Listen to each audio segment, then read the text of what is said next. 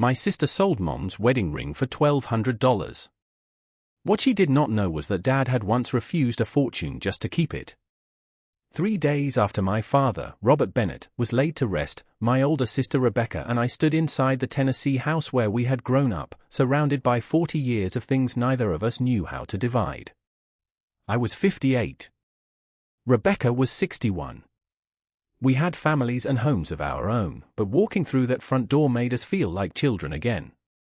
Dad's work jacket still hung beside the mudroom. His reading glasses rested on the end table beside his favorite chair.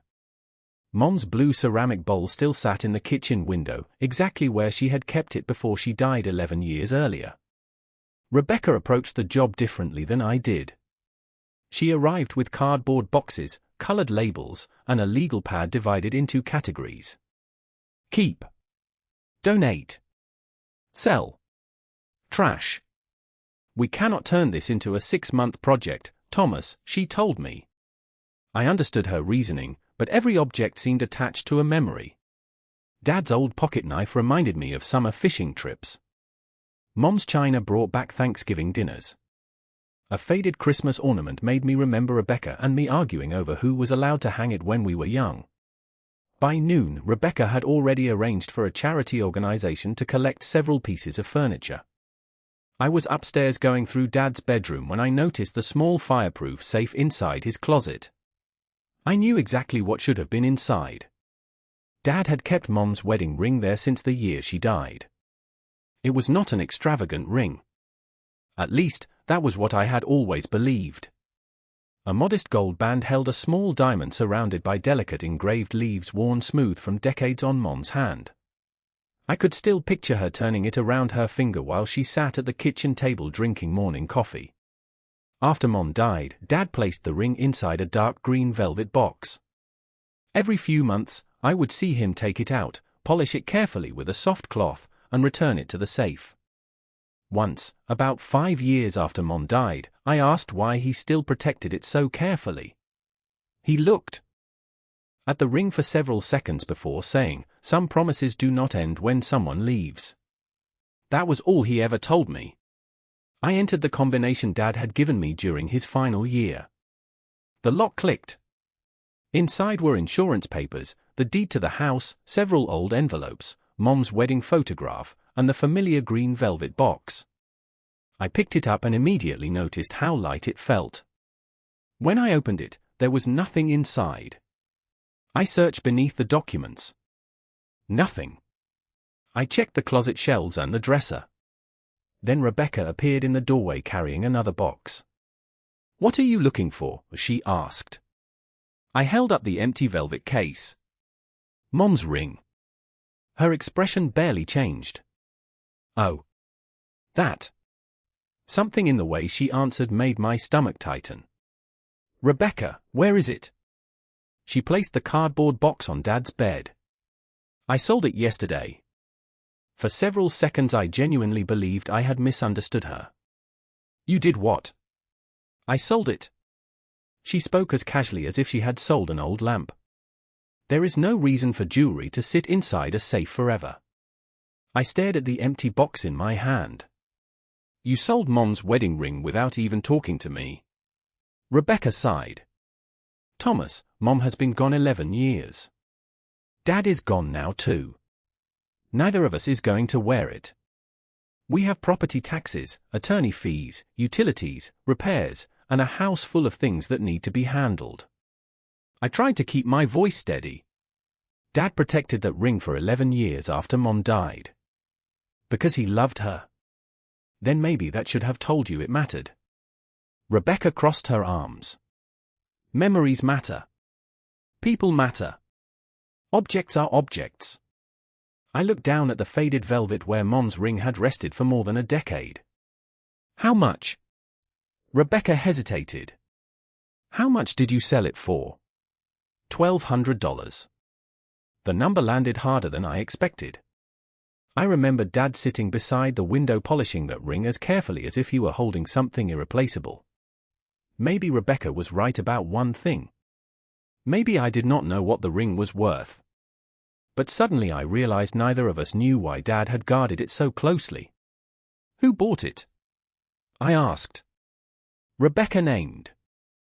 A jewelry buyer about 20 miles away. I put the empty box into my pocket and began searching through Dad's desk. What are you doing now? She asked. Finding out why Dad never sold it himself. Rebecca shook her head and returned downstairs. I spent almost an hour going through folders until I found an old cream-colored envelope wedged behind a stack of tax records. The return address belonged to Carter and Sons Jewelers. The receipt inside was dated nearly 30 years earlier. Mom's name appeared near the top. Beneath it was a description matching her wedding ring. But it was the handwritten sentence across the bottom that made me stop breathing for a moment. In Dad's unmistakable handwriting were 5 words that changed everything I thought I knew about that little ring: do not alter, family record attached. I read the handwritten line 3 times before carrying the receipt downstairs. Rebecca was standing in the dining room wrapping Mom's old china in newspaper, moving with the same practical efficiency she had brought to everything since Dad's funeral.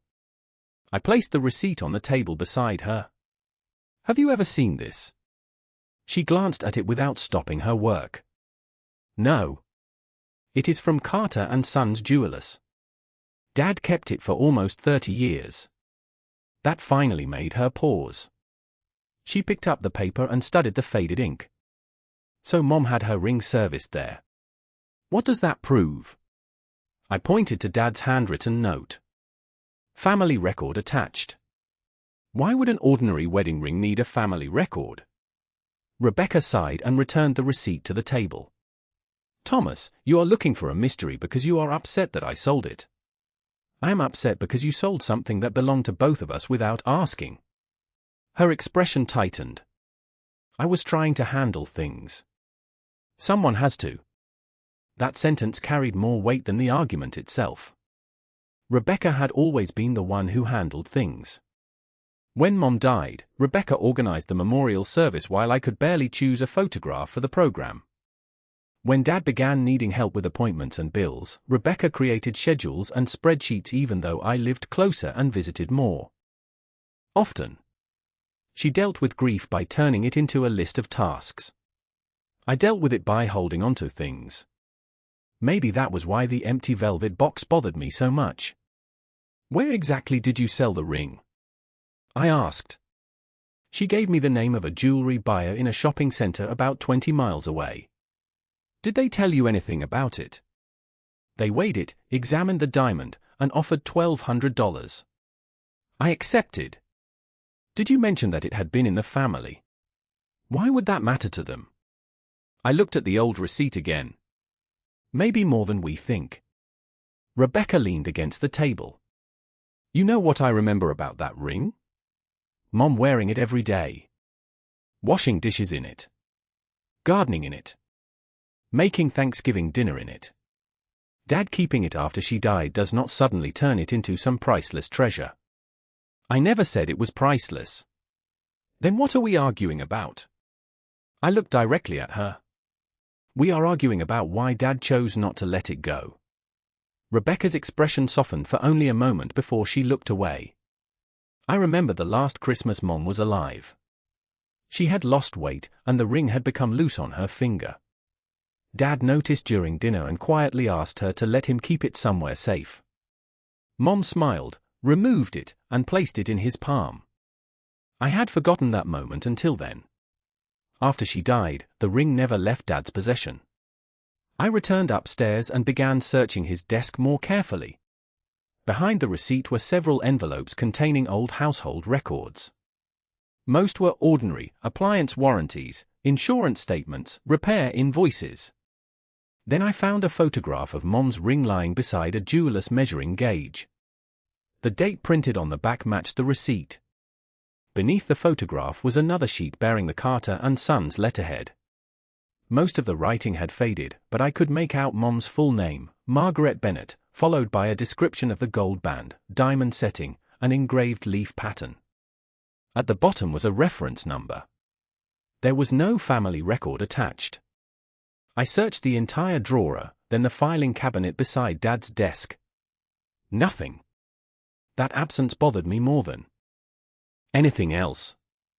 Dad had saved nearly every document he considered important. If the record was not in the house, perhaps the jeweler still had it. I took out my phone and searched for Carter and Sons. To my surprise, the business still existed, although it had moved from downtown Franklin to a smaller location several miles away. I called. A woman answered and explained that the store would close in 20 minutes. I asked whether anyone there remembered Robert or Margaret Bennett. There was a pause. May I ask what this concerns? Margaret's wedding ring. I found an old receipt with a reference number. I read the number aloud. The woman asked me to wait. Nearly a minute passed before an older man's voice came onto the line. This is Samuel Carter. I introduced myself. The moment I said Dad's name, his tone changed. Robert Bennett's son. Yes. I am sorry about your father. He was a good man. I thanked him and explained that we were settling the estate. Then I mentioned Mom's ring. Samuel became quiet. You still have it? He asked. I looked toward the empty velvet box resting on Dad's desk. No. My sister sold it yesterday.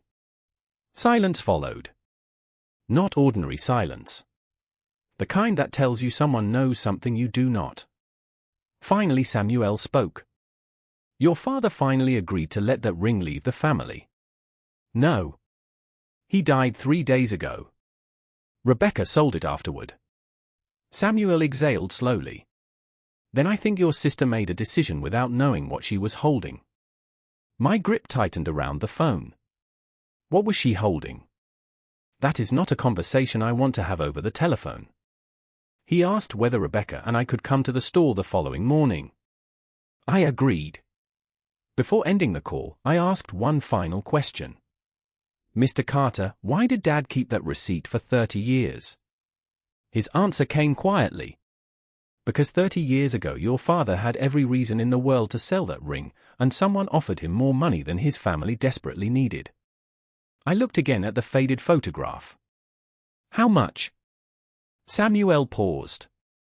Enough that I never understood why he said no until he told me where the ring came from. Rebecca did not say much when. I told her about my conversation with Samuel Carter.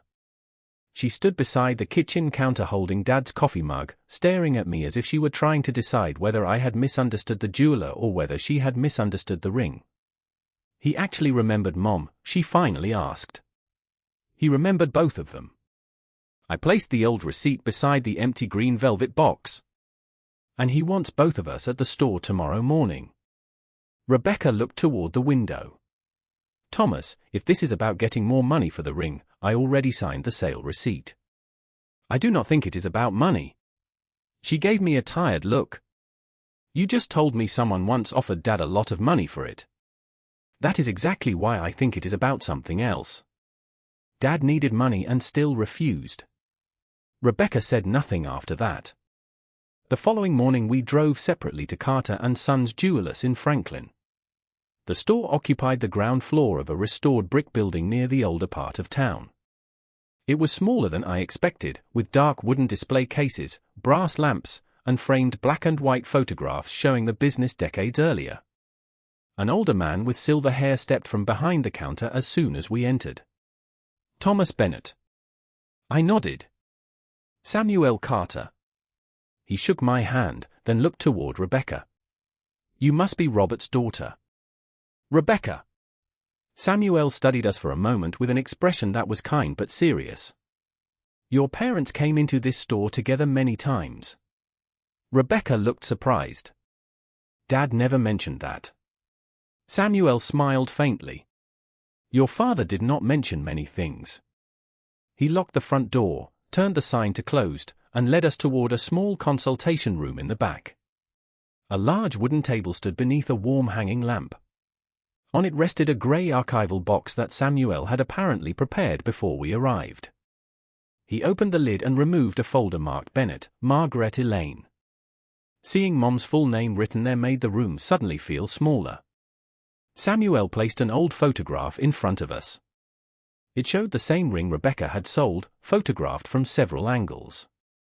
Even through the faded print, I recognized the engraved leaves around the band. Next came a jeweller's inspection report, then a handwritten service record. Rebecca leaned closer. "Why did you keep all of this?" Samuel looked at her. "Because your father asked us to." He removed another document. "And because the ring had documented family provenance." Rebecca frowned. "What does that mean?" "It means we knew where it came from, who had owned it, and why preserving the original design mattered." I glanced at Rebecca. For the first time since this began, she looked genuinely unsettled. Samuel turned over another page and pointed to an appraisal completed nearly 30 years earlier. The amount written there was much higher than $1,200, although Samuel quickly explained that the figure reflected more than the raw value of the gold and stone. There was collector interest because of the ring's age, craftsmanship, and documentation, he said. One private buyer eventually made your father a substantial offer. How substantial? Rebecca asked.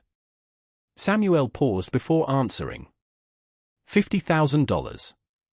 Rebecca stared at him. 30 years ago. Yes. She leaned back slowly. At that time $50,000 would have meant even more to our family than it did now. I remembered those years clearly. Dad had lost his management job when the manufacturing plant where he worked downsized. Mom took additional shifts at the elementary school office. There were months when every unexpected expense became a family discussion. We were old enough to know money was tight, even though our parents tried to hide how serious things had become. Rebecca shook her head. Dad would have taken that offer. Samuel's expression remained calm. He did not. Why? That is what surprised me. Samuel folded his hands on the table. Your father came here because Margaret had suggested selling the ring. Rebecca looked at me immediately. Mom wanted to sell it. Samuel nodded. Your parents were behind on their mortgage. They had medical bills, household expenses, and very little savings left.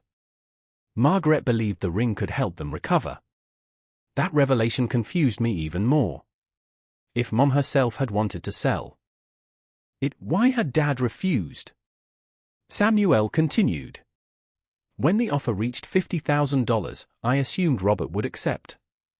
Instead, he asked me to return the ring exactly as it was. Rebecca's voice became quieter. Did he explain why? Samuel looked toward the archival box. Not immediately. He simply told me he would find another way. I remember Dad leaving the house before sunrise during those years and sometimes returning long after dinner. I had believed he was doing temporary maintenance work while searching for another permanent position. I had never realized those extra jobs might have been connected to this decision. Samuel removed another photograph showing Dad standing at this very counter, younger by 3 decades, holding the green velvet box. Several months later Robert came back. He had found steady employment again, and the mortgage payments were current. That was when he told me why he could not sell the ring. Rebecca stared at Mom's photograph. Because he loved her. Of course he loved her, Samuel said gently. But that was not the whole reason. He reached into the archival box and removed a much older photograph, its edges yellowed with age. It showed a young woman I did not immediately recognize wearing Mom's ring decades before Mom ever married Dad. Samuel placed the photograph between us. This is the part neither of you seems to know. I studied the woman's face until something familiar emerged around her eyes. Rebecca recognized her first. That is Grandma. Samuel nodded. Yes. Margaret was not the first woman in your family to wear that ring. And your father was not protecting only your mother's memory. He was protecting a promise that began long before either of you were born. Samuel left the old photograph between us while he reached deeper into the archival box. Rebecca kept staring at our grandmother's face, and for once she had no quick explanation for what we were seeing. I remembered Grandma Eleanor only vaguely. She had died when I was young, but I remembered her Sunday dresses, the smell of cinnamon in her kitchen, and the way Mom always became softer around her. I had never noticed the ring on her hand. How old is it? I asked. Samuel unfolded a carefully preserved record. Older than your parents' marriage by several decades. Your grandmother received it when she was young, and eventually she gave it to Margaret. Rebecca touched the edge of the photograph. Mom never told us. Your mother did not talk about the ring as though it were valuable jewelry, Samuel said. To her, its importance was personal. He explained that Grandma Eleanor had lived through years when money was often uncertain. The ring remained with her through moves, job changes, lean holidays, and seasons when the family had to count every dollar. When Margaret became engaged to Dad, Eleanor gave her the ring rather than buying something new. She told Margaret that a marriage should not be measured by the ease of its best years, but by what two people were willing to preserve during the difficult ones. Rebecca looked skeptical, though not dismissive anymore. And that is why Dad refused $50,000. Samuel nodded slowly. That was part of it. He showed us a copy of the appraisal from the period when Dad had lost his job. The offer was real. $50,000 at that time could have covered a significant portion of what my parents owed and given them breathing room. Margaret knew it. Dad knew it. Samuel knew it. Your mother came here with Robert when the offer was discussed, Samuel said. She told him they should accept. That surprised me. I had imagined Dad defending the ring because Mom insisted on keeping it. Instead, Samuel described almost the opposite. Margaret was willing to surrender the one family heirloom her mother had entrusted to her because she believed protecting the household mattered more than protecting jewelry. Dad asked Samuel for one night to think. The next morning he returned alone. He looked exhausted, Samuel said. But he was certain. He said he had spent the night thinking about what Margaret was willing to give up for him, and that made him realize he could not let her do it. Dad rejected the offer. Over the following months, he accepted every reasonable job he could find. He repaired equipment for a local contractor, worked weekend maintenance shifts, and eventually found stable employment again. He never presented it to us as a sacrifice. I remember those months differently now. Dad sleeping in his chair after dinner. Mom leaving coffee ready before sunrise. Rebecca and I complaining because he missed a Saturday cookout. We had been living inside their struggle without understanding it. Did Mom know he refused? Rebecca asked. Eventually, Samuel said. She was not happy at first.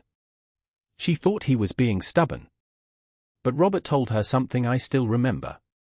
He said if she was willing to give up the ring to protect their home, then he was willing to work harder to protect both. Rebecca lowered her eyes. The room became quiet.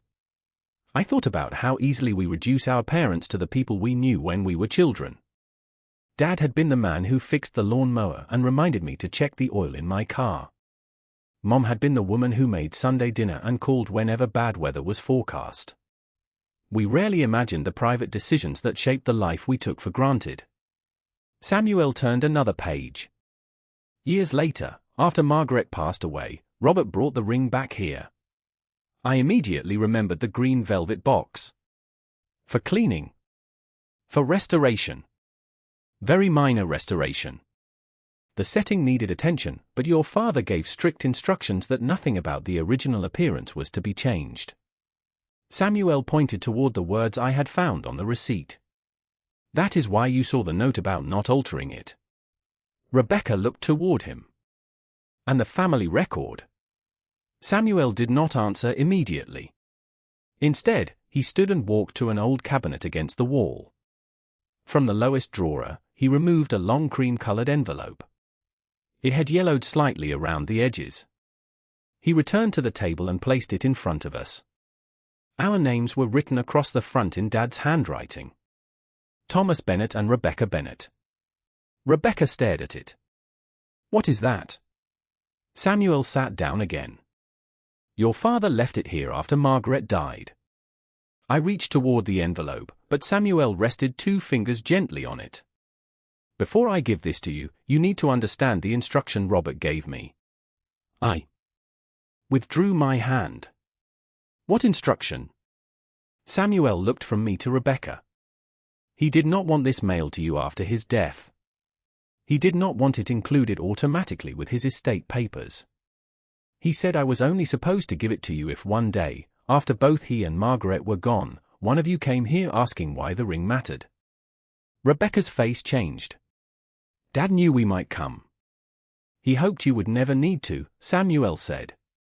His intention was for the ring and its story to pass naturally through your family. But Robert also understood that memories disappear when people stop explaining them. Rebecca looked at the envelope and then at me. So he left us a letter about the ring. Samuel shook his head slightly. Not exactly. He left you a letter about your mother, their marriage, and the promise he made when she gave him that ring for safekeeping. I felt the empty velvet box in my coat pocket and suddenly understood how close we had come to losing more than an object. Rebecca reached for the envelope, but Samuel had one final thing to say. There is something else you should know before you read it. The promise Robert made was not simply that he would never sell the ring. Rebecca stopped. Samuel slid the sealed envelope toward us. He promised Margaret that after both of them were gone, the ring would remain in your family and carry their story to the next generation. Rebecca kept her eyes on the sealed envelope, but she did not reach for it again. For the first time since she told me she had sold the ring, I could see uncertainty replacing the certainty she usually carried like armor. Samuel gently pushed the envelope closer to us. Your father wanted you to understand the history before reading this, he said. Otherwise, he believed the letter would only sound sentimental. I turned the old photograph of Grandma Eleanor toward me again. She looked younger than I remembered her, standing beside a farmhouse porch with one hand resting against the railing. The ring was clearly visible on her finger. Samuel explained that Eleanor had received it from her own mother during a difficult period in their family's life. It had never been intended as an investment. Each woman who received it was told the same thing: keep the story with the ring. The gold had been repaired over the years. The setting had been strengthened. The diamond was modest compared with modern engagement rings. Yet the original engraved leaves had never been removed because they were part of its identity. That is why Robert wrote those instructions, Samuel said. He wanted repairs when necessary, but he never wanted anyone to redesign it into something newer. Rebecca looked embarrassed. The buyer told me the setting was outdated. Samuel gave her no judgment, only a quiet nod. By current fashion standards, perhaps it is. But your father was not preserving fashion. He opened another folder containing several handwritten pages from Margaret. Mom's handwriting was unmistakable, graceful and slightly slanted, the same handwriting that had appeared on birthday cards and notes inside our school lunches. Samuel explained that she had written down what Grandma Eleanor told her when she received the ring before marrying Dad. The message was simple. Every marriage would eventually encounter seasons that looked nothing like the wedding day. There would be bills, disappointments, exhaustion, uncertainty, and moments when love had to become a decision rather than a feeling. The ring was meant to remind the person wearing it that difficult seasons did not erase the promises made during hopeful ones. I watched Rebecca reading Mom's words. Her expression changed when she reached the final lines. She placed the page carefully on the table instead of sliding it aside as she had done with so many things at Dad's house. I never knew she wrote this, she whispered. Neither did I. Samuel explained that Margaret had brought the family record to the jewelry store during the financial crisis because she believed the provenance might increase the sale price. She was right. The history attracted the private collector who eventually offered $50,000. But after Dad refused, Mom asked Samuel to return the documents to storage rather than keep them at home. Why? I asked. Because she did not want you children growing up believing the ring was a financial asset waiting to be sold. Rebecca looked toward Samuel. But she was willing to sell it herself. Yes, he said. That distinction mattered to her. Margaret was willing to sacrifice something precious when she believed her family needed it. What she did not want was for future generations to see the ring only as money. That sentence seemed to land directly between Rebecca and me. Neither of us said anything. Samuel continued explaining that after Dad found stable work and their finances recovered, Mom never again suggested selling the ring. She wore it for years afterward. When she eventually became too frail to wear jewelry comfortably, she gave it to Dad for safekeeping. That was the moment I remembered from our last Christmas together, only now I understood it differently. She had not simply handed him a ring because it had become loose. She had entrusted him with something that had already survived several generations. Did she tell him then to give it to us? I asked. Samuel nodded. Eventually. Robert told me they discussed it more than once. Margaret did not care whether Thomas received it or Rebecca received it. She only wanted whoever became its next keeper to know the story. Rebecca lowered her gaze. And I sold it for $1,200. There was no defensiveness in her voice now. I could have reminded her that I had warned her. I could have told her she should have asked me before touching anything in the safe. A few hours earlier, I might have done exactly that. But looking at her face, I realized she already understood the mistake better than anything I could say. We did not know, I said quietly. Rebecca looked at me. Dad knew. Yes. Samuel placed his hand on the sealed envelope. And that is why he left this. Rebecca finally picked it up. Her fingers trembled slightly as she turned it over. The seal had never been broken. On the back, Dad had written a date from 11 years earlier, only 6 weeks after Mom died. Rebecca took a slow breath and opened it carefully. Inside were several pages written in Dad's handwriting and a smaller photograph of him and Mom standing outside our childhood home when they were young. Dad had one arm around her shoulders. Mom was smiling, and the ring caught a tiny reflection of sunlight. Rebecca handed me the first page. I began reading aloud. Dad wrote that if we were hearing his words, then both he and Mom were gone and something had caused us to ask about the ring. He told us not to argue over who owned it. He told us not to measure it by an appraisal. Then came a sentence that made Rebecca close her eyes.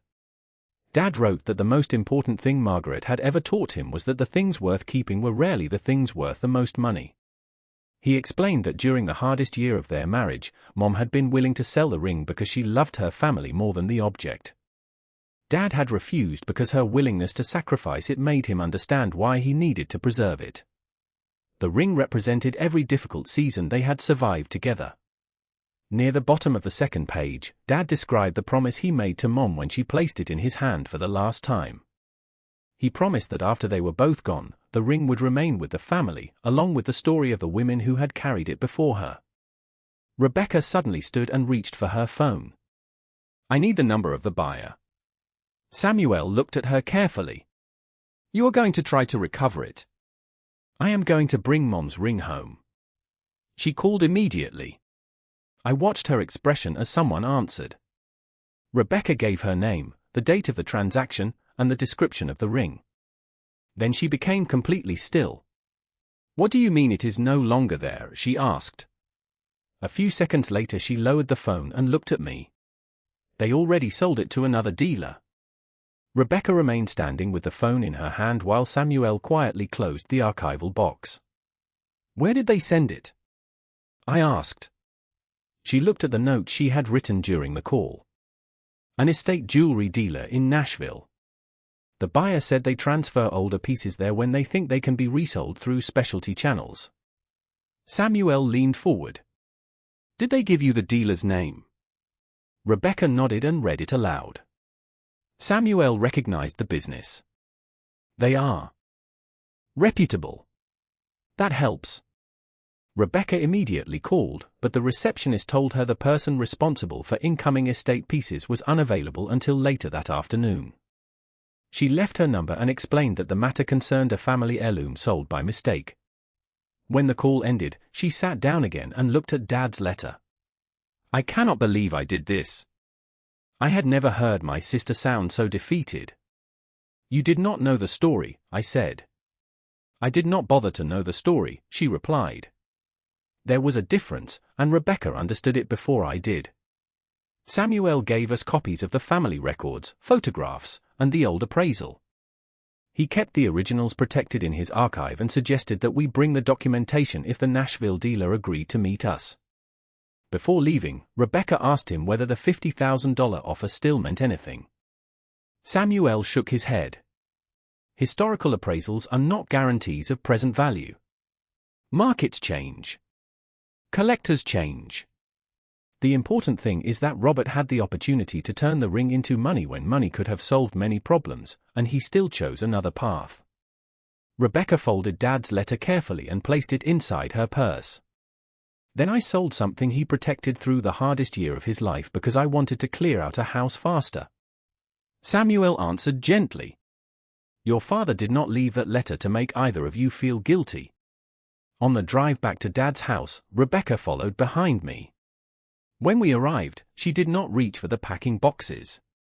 Instead, she walked into the living room and sat in Mom's old chair beside the window. I made coffee and brought her a cup. For several minutes we said nothing. Then she asked, "Do you remember when Dad worked nights at that warehouse?" I thought it was maintenance work. It was. 3 nights a week for almost 6 months. He still worked construction jobs during the day whenever he could get them. I had forgotten how hard that period had been. Rebecca remembered details I did not. Dad repairing our washing machine because there was no money for a replacement. Mom stretching groceries through the end of the week. The summer vacation that quietly disappeared from the calendar without explanation. Yet neither parent had ever told us they were close enough to financial trouble that Mom considered selling the ring. I used to think Dad was stubborn about money, Rebecca said. Maybe he was sometimes. She smiled faintly. He definitely was. Then she looked toward Mom's blue ceramic bowl in the kitchen window. But now I understand why he could not take that offer. Mom was ready to give up something her mother trusted her to protect. Dad saw that as sacrifice, not permission. My phone rang shortly after 3 that afternoon. Rebecca stood before I even answered. It was the Nashville dealer. I put the call on speaker. A man named David explained that he had located the transaction record. The ring had arrived that morning with several other pieces. Rebecca closed her eyes in relief. So you still have it? There was a pause. I have the record, David said. The physical inventory is being processed separately. Rebecca gripped the edge of the table. Please understand, that ring was sold without the family knowing its history. We have documentation. We want to buy it back. David remained professional. He explained that once jewelry entered their inventory, reversing a transaction was not always simple. He would need to confirm whether the ring had been catalogued, transferred, or assigned to another buyer. How long will that take? Rebecca asked. Give me until tomorrow morning. She offered to drive to Nashville immediately. David told her there was no benefit until he completed the inventory search. After the call, Rebecca walked upstairs alone. I found her 20 minutes later sitting on the floor beside Dad's open safe. The green velvet box rested in her hands. I should have asked you, she said. Yes. You could at least pretend to disagree. I am your brother. That does not require me to lie. She almost laughed. Then her expression became serious again. If we get it back, I will pay whatever it takes. We will figure it out together. Rebecca shook her head. No. I sold it. I will fix it. I sat beside her. This is not about punishing you. Maybe it should be. Dad's letter did not sound like punishment. She looked at the empty box for a long time. Do you know what bothers me most? I looked at Mom's ring and felt almost nothing. I thought that meant it did not matter anymore. There was something unusual in her voice, something deeper than regret over the sale. Why would you feel nothing? I asked. She closed the box. Because I trained myself not to. Before I could ask what she meant, my phone rang again. David had called sooner than expected. I answered immediately. Mr. Bennett, I found the ring. Rebecca stood. Can we buy it back? I asked. David hesitated. That is where this becomes complicated. The ring has already been entered into a private estate collection scheduled for review by several clients. I can temporarily place a hold on it, but only until tomorrow afternoon. Rebecca moved closer to the phone. Then hold it. We will be there when you open. David agreed, but before ending the call he added one detail that changed the urgency completely. One of his clients had already seen the preliminary photographs and specifically requested to inspect Mom's ring the following day.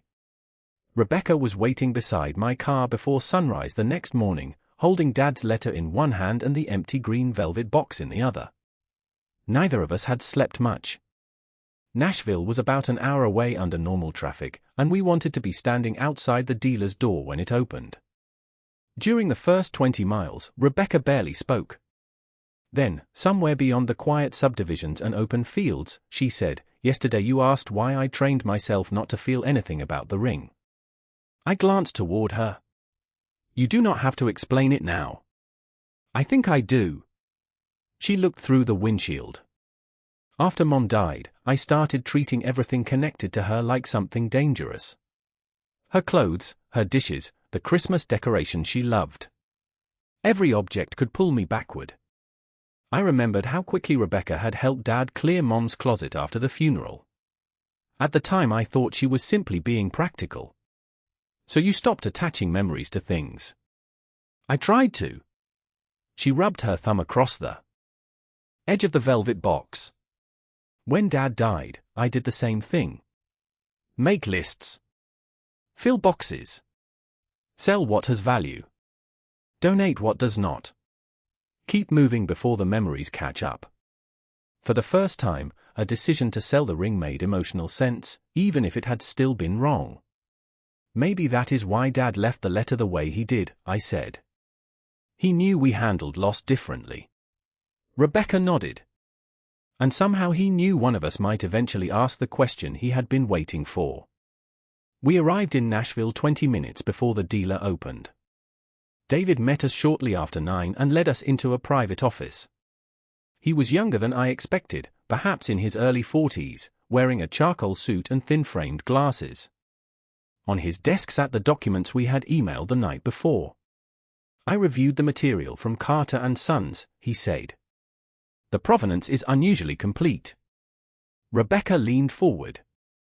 "Then you understand why we need it back." "I understand why you want it back." That distinction immediately worried me.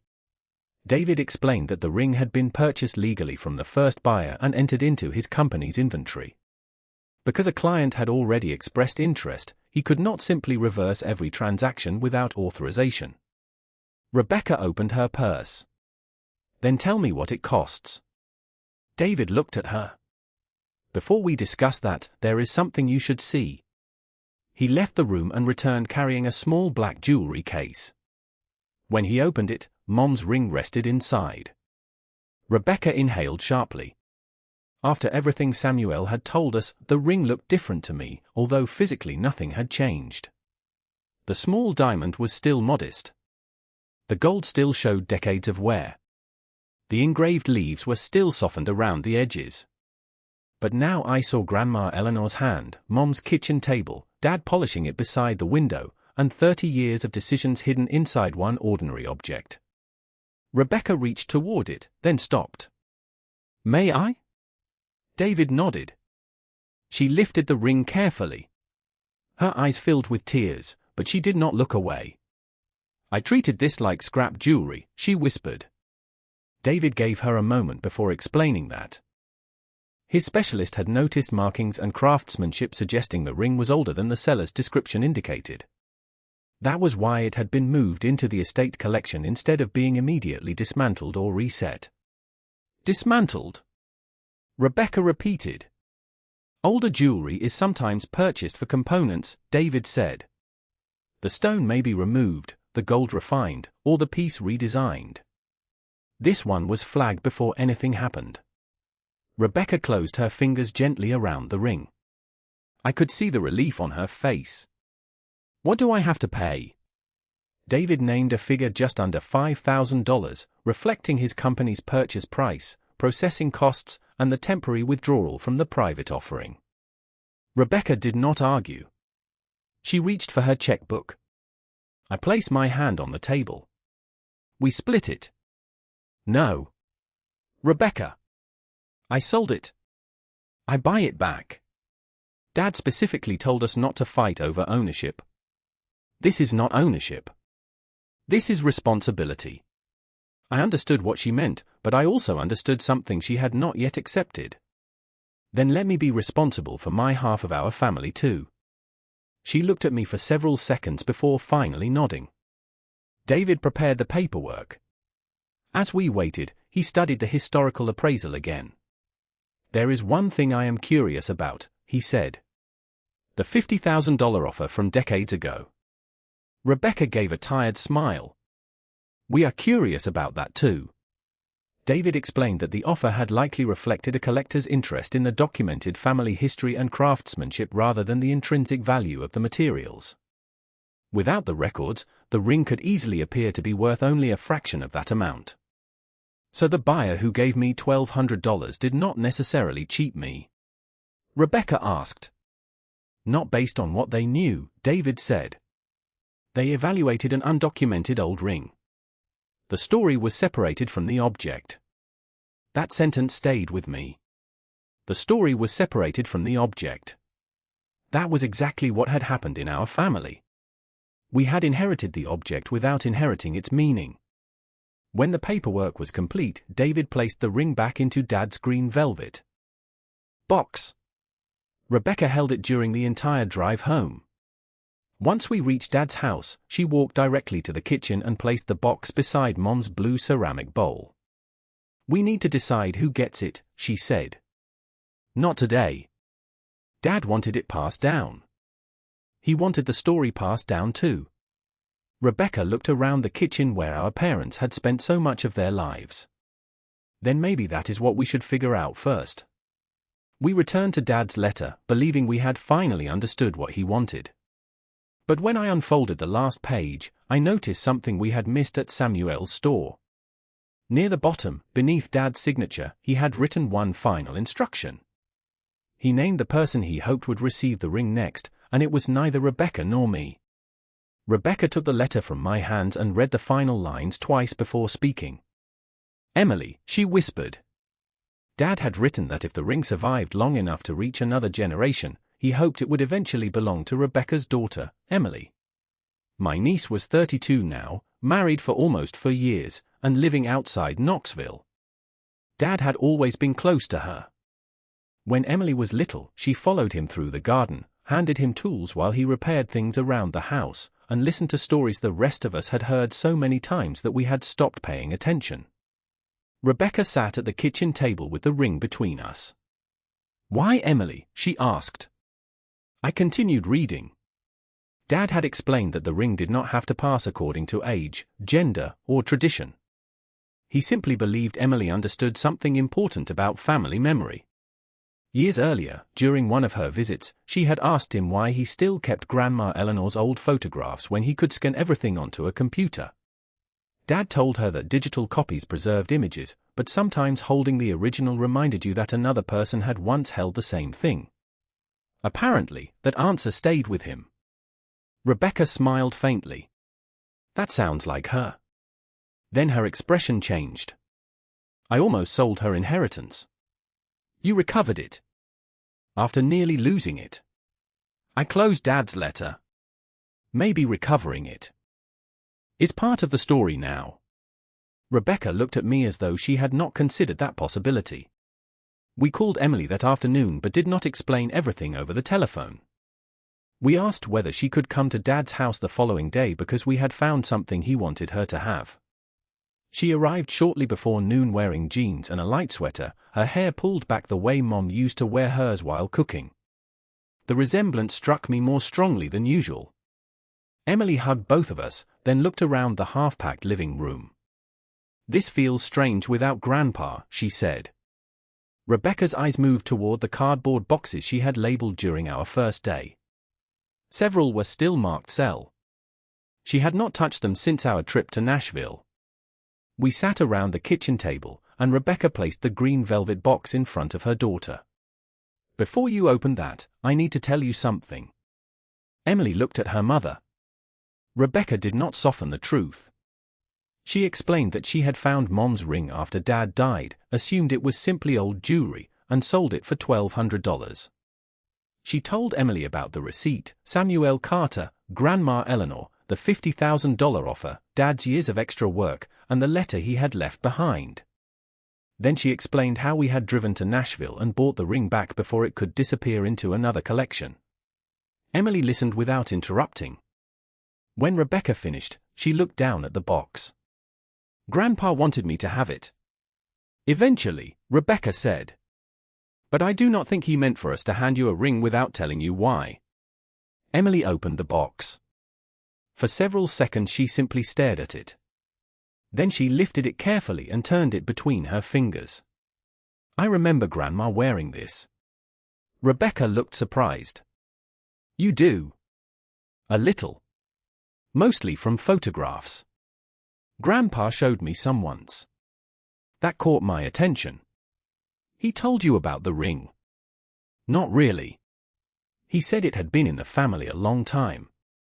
I asked if it was expensive, and he said that was the least interesting question I could ask." I laughed because the answer sounded exactly like Dad. Rebecca did too, although tears appeared in her eyes. Emily noticed. "Mom, are you all right?" Rebecca looked toward the window. "I spent years getting rid of things because I thought keeping them meant I was refusing to move on." Emily reached across the table and took her hand. Rebecca continued quietly. "After Grandma died, every object reminded me that she was gone. Her clothes. Her dishes. Even the perfume she kept in the bathroom. I learned that if I packed things quickly enough, donated them quickly enough, or sold them quickly enough, I did not have to sit with what they meant." I had never heard Rebecca explain her grief so clearly. Emily squeezed her hand. "Keeping something does not mean you have to live in the past." Rebecca looked at the ring. "I know that now." We spent the rest of the afternoon going through Dad's photographs together.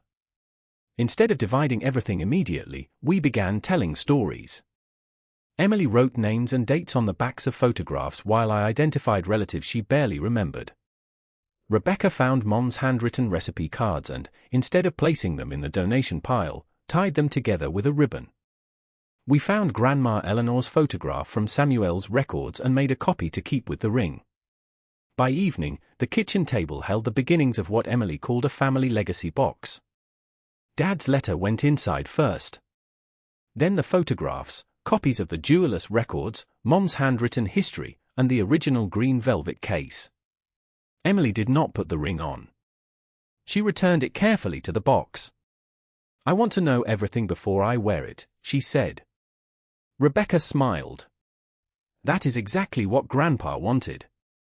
I thought that would be the end of Rebecca's regret, but after Emily left, my sister remained at the kitchen table staring at Mom's blue ceramic bowl. "There is something I did not tell either of you," she said. Her voice had changed again. "Selling the ring was not the first time I tried to get rid of something Mom wanted us to keep." I looked at her. Rebecca walked toward one of the boxes marked "Sell" and opened it. From beneath a stack of old linens, she removed a small wooden case I had never seen before.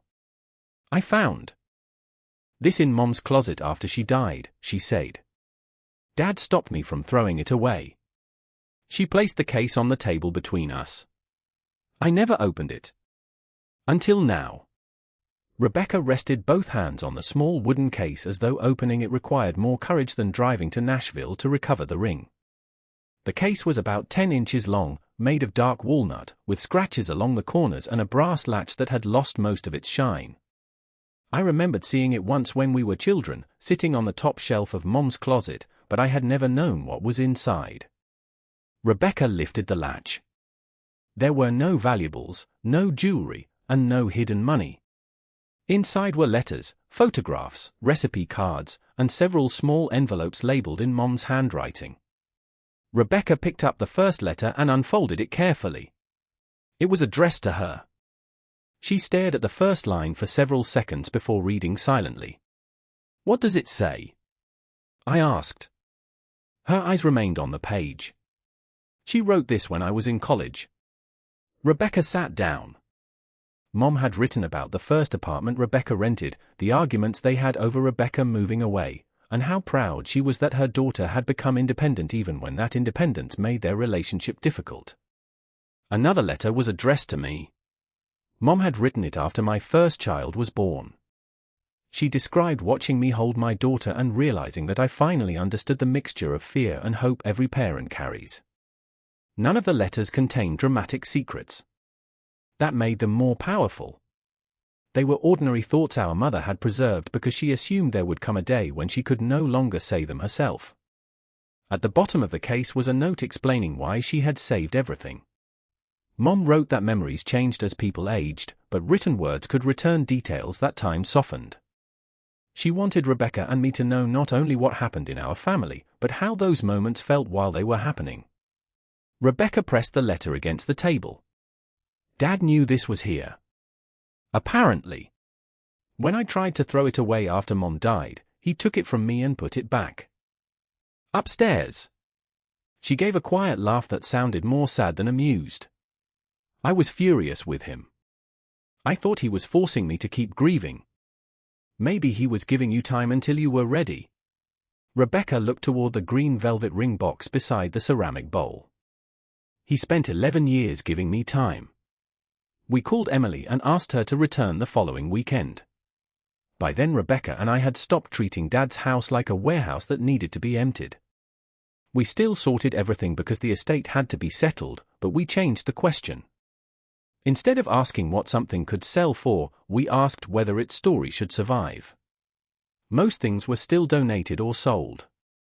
Dad would not have wanted us preserving every chair, coffee cup, and screwdriver simply because he had touched them. But we kept the things that carried meaning no replacement could reproduce. Mom's letters went into the legacy box.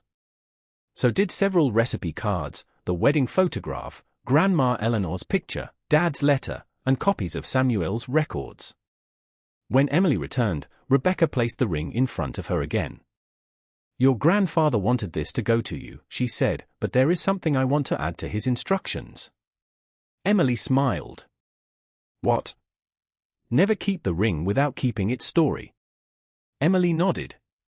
She asked whether she could wear it or whether it should remain protected in the box. Rebecca looked at me, and I knew we were thinking the same thing. Mom had worn that ring while washing dishes, planting flowers, paying bills, celebrating anniversaries, and living an ordinary life.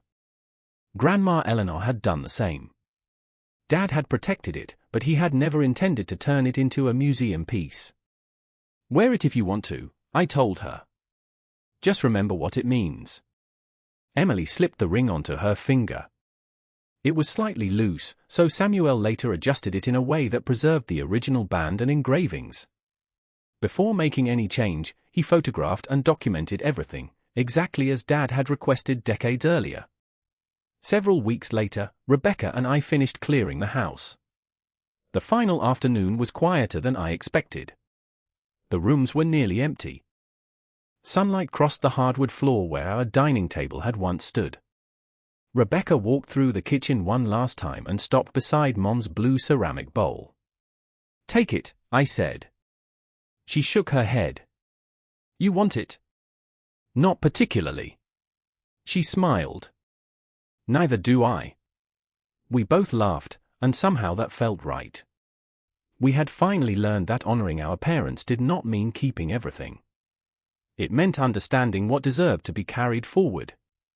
Rebecca kept Mom's handwritten recipe cards and one framed photograph of the two of them together. I kept Dad's pocket knife and the photograph of our parents outside the house when they were young. Emily kept the ring and the legacy box. A month later, she sent us a photograph from her kitchen. Her hand rested beside a mixing bowl while she followed one of Mom's old recipes, and the wedding ring was visible on her finger. Rebecca called me immediately after seeing it. "Dad would have liked that," she said. "Mom too." There was a long silence before Rebecca added, I thought letting go of everything would make losing them easier. Did it? No. It just made the house emptier. I understood exactly what she meant. Dad had never protected that ring because of the gold, the diamond, or the offer he once refused. He protected it because Mom had entrusted him with a story that began before their marriage and was meant to continue after both of them were gone. Rebecca had sold the ring because she believed objects were only objects. In the end, she became the person most determined to preserve everything the ring represented. And that was when I finally understood Dad's words from years earlier. Some promises do not end when someone leaves. Sometimes they simply pass into another pair of hands.